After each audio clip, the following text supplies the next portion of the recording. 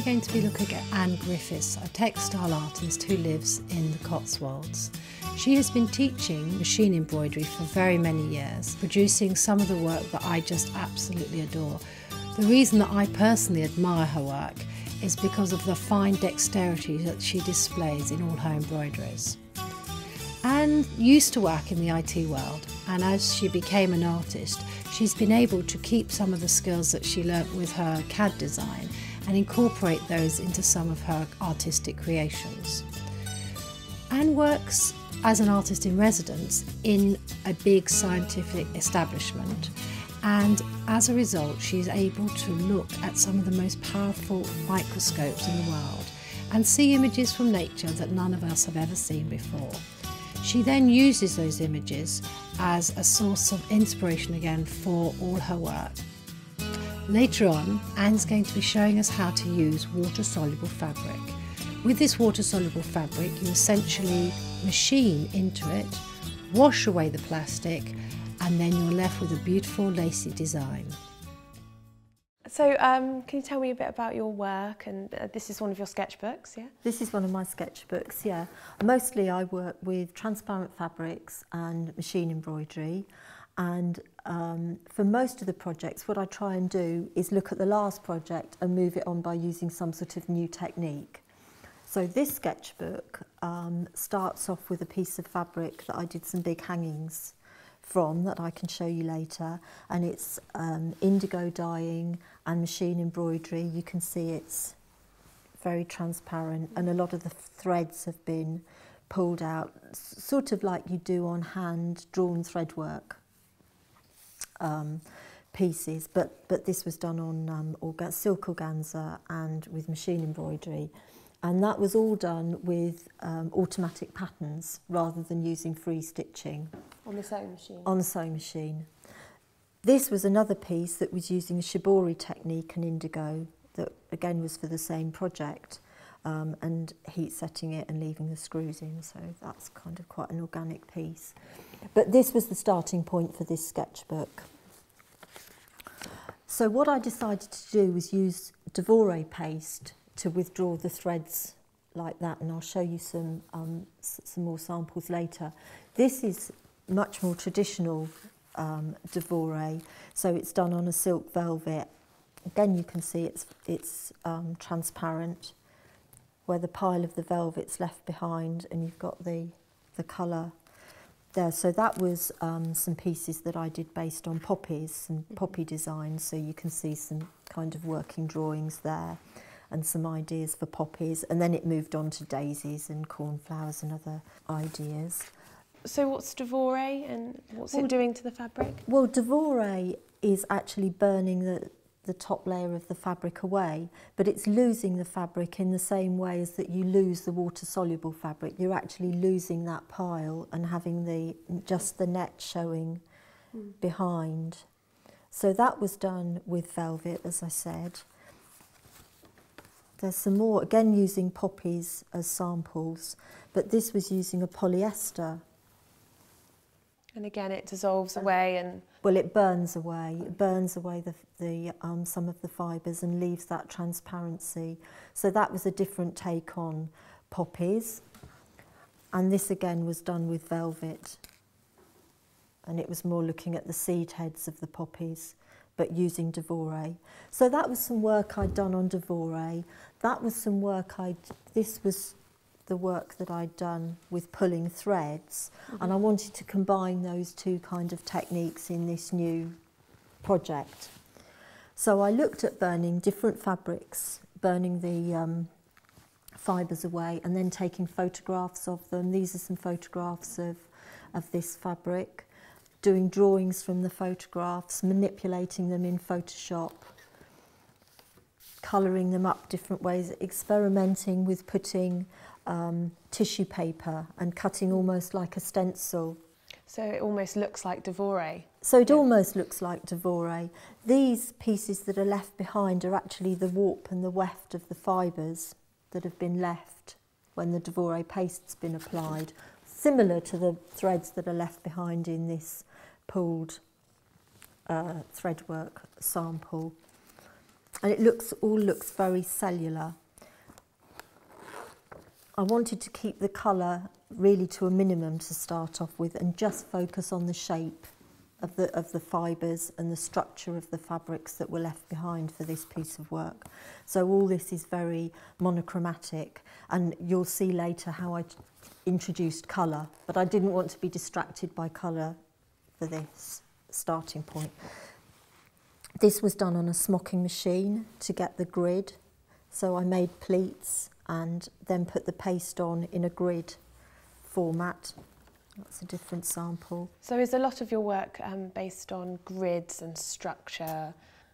Not really, but this project was, and it was really looking at grids and structure of fabrics and how when they're worn they change their structure, and the fabric's life kind of starts off as being warps and wefts and weaving, and then you've got a nice beautiful fabric that then as it wears it goes back to just being the strands and the frayed edges.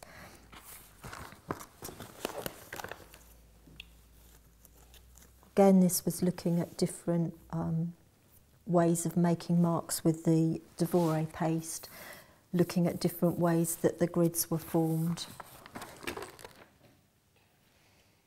So this is your sketchbook, and this is where you develop your ideas. And so how would you use it to continue onto a major project or a final piece? Well, this piece in the sketchbook came from these drawings of the Embroidered fabrics, and I drew it up even bigger. And actually, this is a drawing that I used and had it scanned, and I had it etched onto perspex to do some panels. I can show. I haven't got this one anymore; it's sold. But I've got some other etched panels that I can show you. So that would have been a drawing that I then put through Photoshop and had it professionally etched. These were some samples of just using those grid shapes in a different way, and I've got a sample, a framed piece I can show you of how I used that. But again, keeping this grid structure, this was done on soluble fabric, so here we're going to do the demonstration later. That could almost be an edge of a huge scarf or a garment, or along the bottom. That would be quite nice on the bottom of a longer piece on the bottom of a scarf, maybe done like that. So Embroidery is kind of a similar technique to dissolvable fabrics. It's burning away or dissolving? It's burning away rather than dissolving away, but it's kind of removing that backing. Well, soluble would be the backing material, but Embroidery would be either all or part of the fibres, depending on what materials you were using. But that one was done based on this sketchbook using soluble fabric. What other inspiration do you draw upon for your projects? Oh, well, it could be anything. I'm doing a project with a science installation, so I would be doing work maybe based on biosciences, like looking at malaria or breast cancer or some of those kind of illnesses. I do quite a lot of work with a science installation, so there's that. Nature, Japanese, I'm very interested in doing work based on Japanese influences, just because I think they've got such a good attitude towards art and craft, and everything's very simple, very two-dimensional, a lot of it, but they just value their craftsmen so much that I'm quite interested in Japanese art. There's some further on in the sketchbook. Again, going back to the grids, these are knitting samples. So these were all done on a knitting machine. But again, dropping stitches and leaving that grid structure. This one's got beads in it. If you can see those silver beads. Looking at projecting fabrics, I put some fabrics in slides and then projected them onto the wall and did these drawings based on the projections of the fabrics. It's amazing. Here are some of the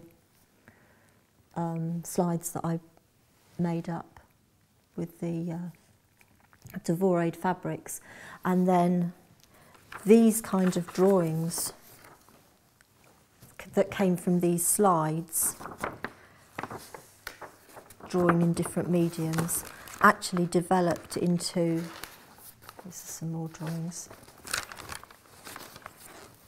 these pieces of work, which I can show you a sample here, was a piece where I was thinking about, again, the structures, but I made some of these warp and weft fabrics into letters, and it was a project about metamorphosis, the change of the fabrics. You know, I was saying about the weaving and about how they got worn away and how they could be devorayed or they could be pulled, the threads could be pulled. So those were the designs that actually came from these drawings, which have got a bit wet and tatty now. But that was the drawing that developed into that design, which originally was metamorphosis. And that one, I think, says regeneration down it if you look at the side. Yeah. And then I started looking at cocoons and changing the place where you were. I don't really want to go any further in this sketchbook. Unless I could quickly show you these that again developed from this kind of shell idea, this cocoon idea, and these were done with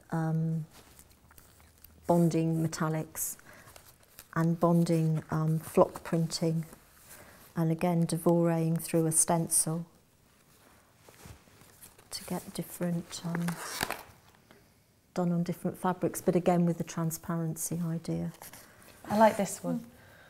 There's some cushions really like that it. I made up in that. I can imagine it on a cushion. Yeah. It's really lovely. It's just got a great feeling, and the light shining through as well. I think it's nice because these have got a bit more colour in. This whole sketchbook was very monochromatic, and I was thinking about adding the colour later, but this was at a stage where the colour had been used. And that's just all machine embroidery? That's all machine embroidery, Freehand, did you have to do That's free machined, and I would have used soluble on that as a support. Okay. Just because this is such a fine fabric, that it would have been quite different. It's appliqued. The red is appliqued on. I see, yeah. And the blue. So that would have been quite difficult to do on such a fine fabric without having some sort of support for it. So I would use soluble on that as a support. So you would pin it on? And I'd pin it on, yes. Yeah, pin it on behind, and then just so it's like stitching on a thick fabric rather than stitching on something that's moving about. And So you would do the Devorayed and then get the dissolvable, you put it under. Yeah, I do the Devorayed first, then when I've got these pieces, put the soluble behind, applique on whatever I'm going to applique, and then rinse the soluble fabric out. So you combined a lot of your techniques, do you, with the soluble, the Devorayed, the shibori? It's all a combination of. I think it is, and techniques. I think that's what you kind of end up doing is taking bits that you admire from different artists and bits that they use, and then reconstructing them in a way that suits your way of working. So somebody might use soluble all the time and somebody might use shibori all the time, but you take a bit from them and a bit from somebody else, and I think that's probably how most artists build up their kind of definition of and style of working is by taking bits and just combining them in their way.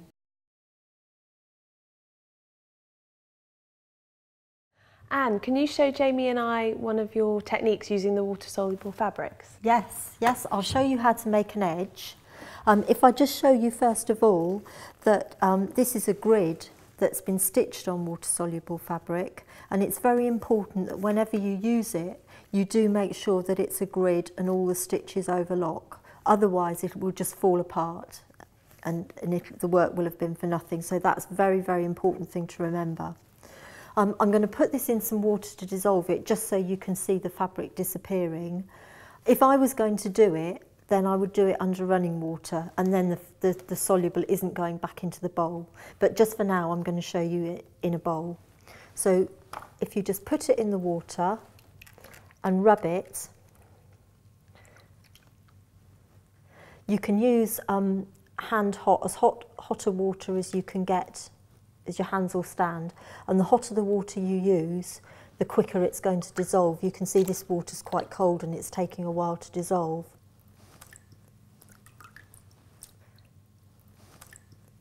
But that's it. Oh wow, okay. Dissolved, or partly dissolved. You can see how slimy it goes and how it does take a while.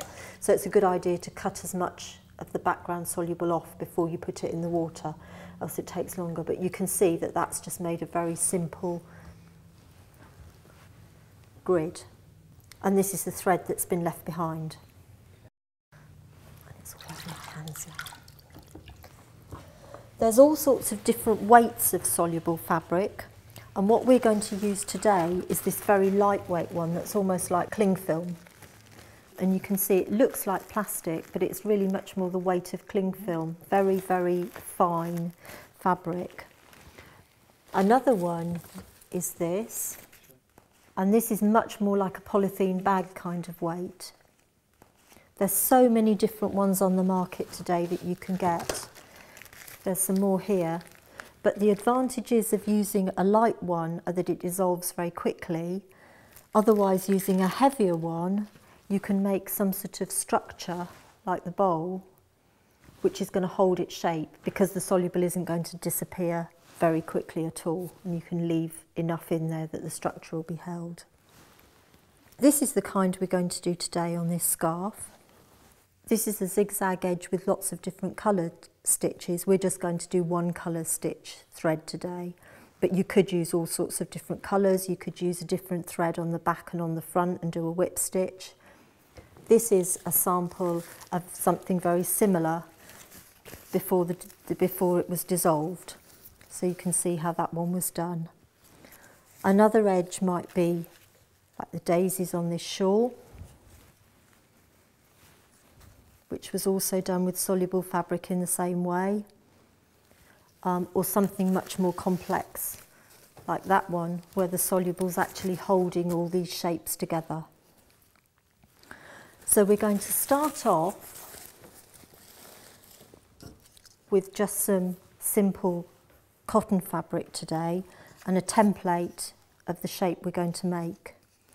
And it doesn't matter whether your soluble goes on the back, on the front, in the middle. Well, you want your paper on the top, but you can pin it on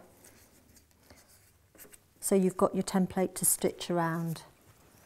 And I've got these that I've done for you. So those are just pinned on. Pop another pin in if you think you need to. And what I want you to do to start off with is you're going to use free machine embroidery, which I know you've done before, and you're going to stitch around the edge of this template. So if I show you to start with, don't stitch into the template. It doesn't matter if you catch it a little bit, we can just tear it away, but you're trying to avoid stitching into the paper. So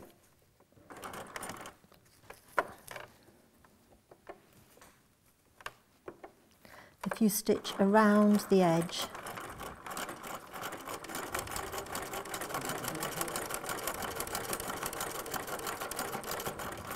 so you can see I've caught it here a couple of times. Is that really difficult or is that quite easy?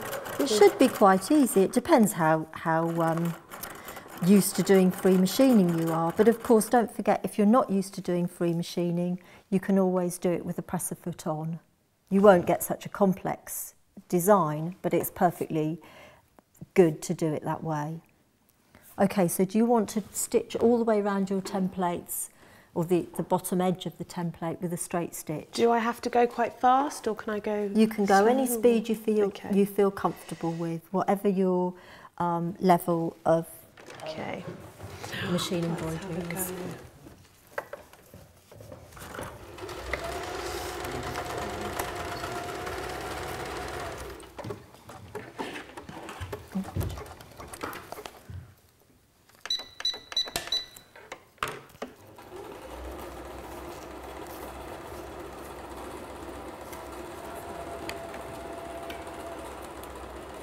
It was sticking to my machine, so I'm going to stick the water-soluble fabric on top of on top, like you said. It is quite warm in here today.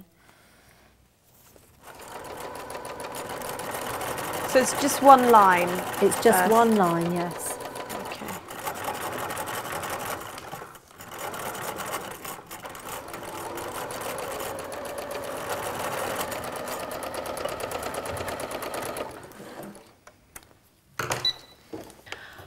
Okay, so if you both stitched round there, you can take the template off. So you should have got something that looks a little bit like that. Okay. Okay. Now, to strengthen that edge and stop it fraying when we cut the fabric away, you need to do a small zigzag stitch over the top of the straight stitch, and that's called a satin stitch. So if you can set a zigzag on your machine, the width needs to be almost as narrow as you can get it. And then I'll just do it quite close together. I'll just do a little bit here and then I'll take it out and show you.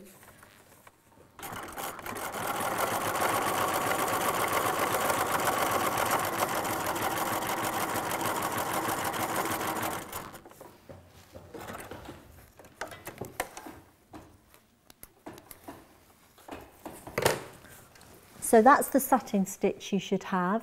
It's quite narrow, quite close together, and it's covering that straight stitch. Okay. Is that okay? Can you see that? So you just go quite slowly to keep it all close? Keep it quite slowly, yeah. Okay, just have a go.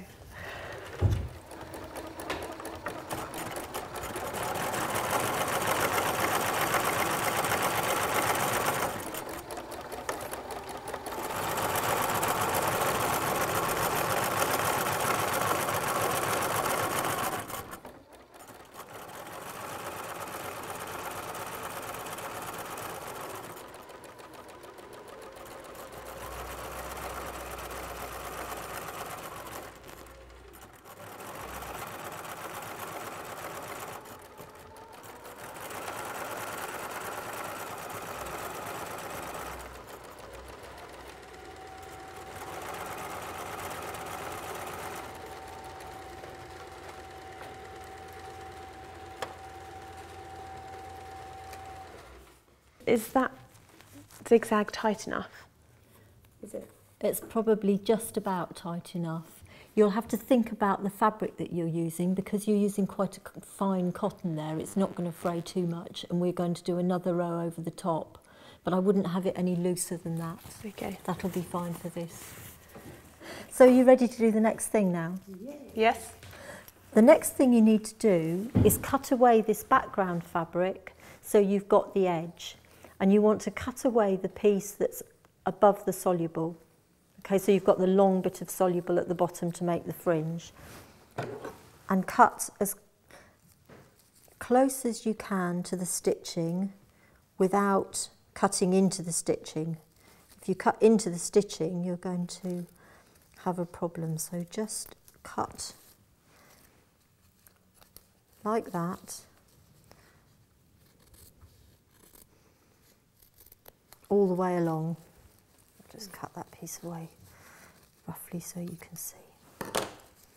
So you've got an edge like that with the soluble at the bottom. Okay. Okay. Right.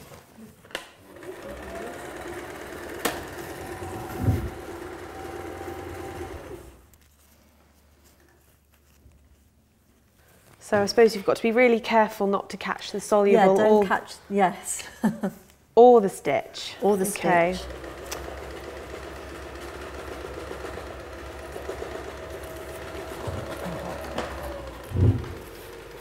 And I suppose it helps if you've got a small pair of thread scissors or yes, I think nail scissors or the scissors you're using are much better than these big scissors that I'm now trying to use.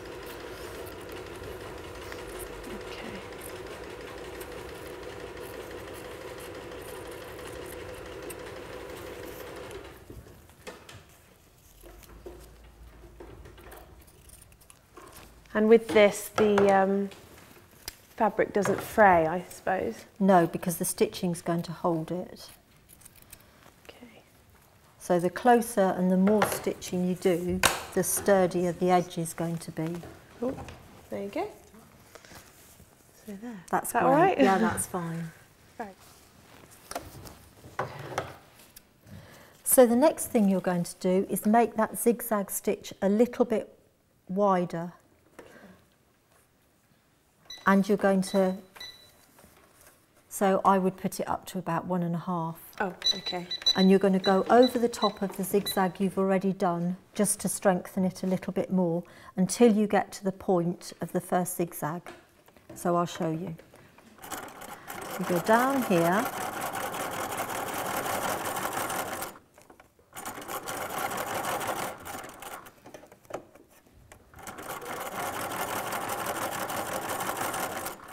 Till you get to that point. So to make these dangles on the end of the fringe, or to make the fringe, you want to go back to a straight stitch. And you go down, stitching just onto the soluble fabric.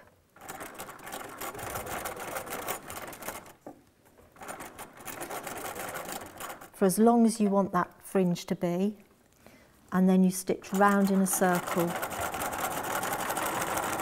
It doesn't matter, you can see this soluble's quite thin, that it's puckering up a bit, that doesn't matter. Okay, so you've now had a few minutes to have a play. What did you think of it? Let's have a look. There we go. I really like it. I like that it's almost like lace. It's a contemporary version of a lace edging to perhaps a handkerchief or a scarf or a garment. It's really sweet. It is sweet. Now what I do now when you come to dissolve it is cut all these bits of soluble away that you haven't stitched on. It'll just make it so much easier and quicker to dissolve it all. And then you can even reuse those just by sticking them back together again with a little bit of water. Jamie, you've dissolved yours. How did it work? Very Sweet. I think for the first time, Thank you. a pretty, good fun. I love really, it. I can really see good endless edge. possibilities, I have to say. I'm itching to have a, go with a bigger piece now, draw it all out and get it planned, because I think it will be absolutely gorgeous. Well, this is the one that I just finished. It's I just turned it over because I'd got two different colour threads, one on the top and one on the bottom. So I turned it over and worked in the other colour thread for a little bit and just embellished the edge a little bit. Yeah, isn't it? It's very intricate. Considering how long we've just played with it for, which has only been, what, 10 minutes? Well, we haven't done too badly, have we? It is a good start. It's a good starting point. And you could use it on pockets or edges of collars or cuffs or sleeves or scarves or bags or all sorts of things. Okay, well, as I said before, I usually do mine under the tap. So should we just go and run this under the tap and see what it looks like dissolved? Okay, as I said before, I would usually do this under running water, because then the soluble isn't going back in the bowl. Without burning yourself, the hotter the water, the quicker the soluble is going to dissolve. So if I just put this under the tap, you can see how quickly this piece is going. And don't forget, as I said before, this has been done with free machining, but you could perfectly well do it with a presser foot on and just going up and down a zigzag using normal machine stitch. You can see that's almost gone now. So Holly, I hope you've enjoyed it and I hope it's something you have a lot of fun and be very creative with. Yes, I will.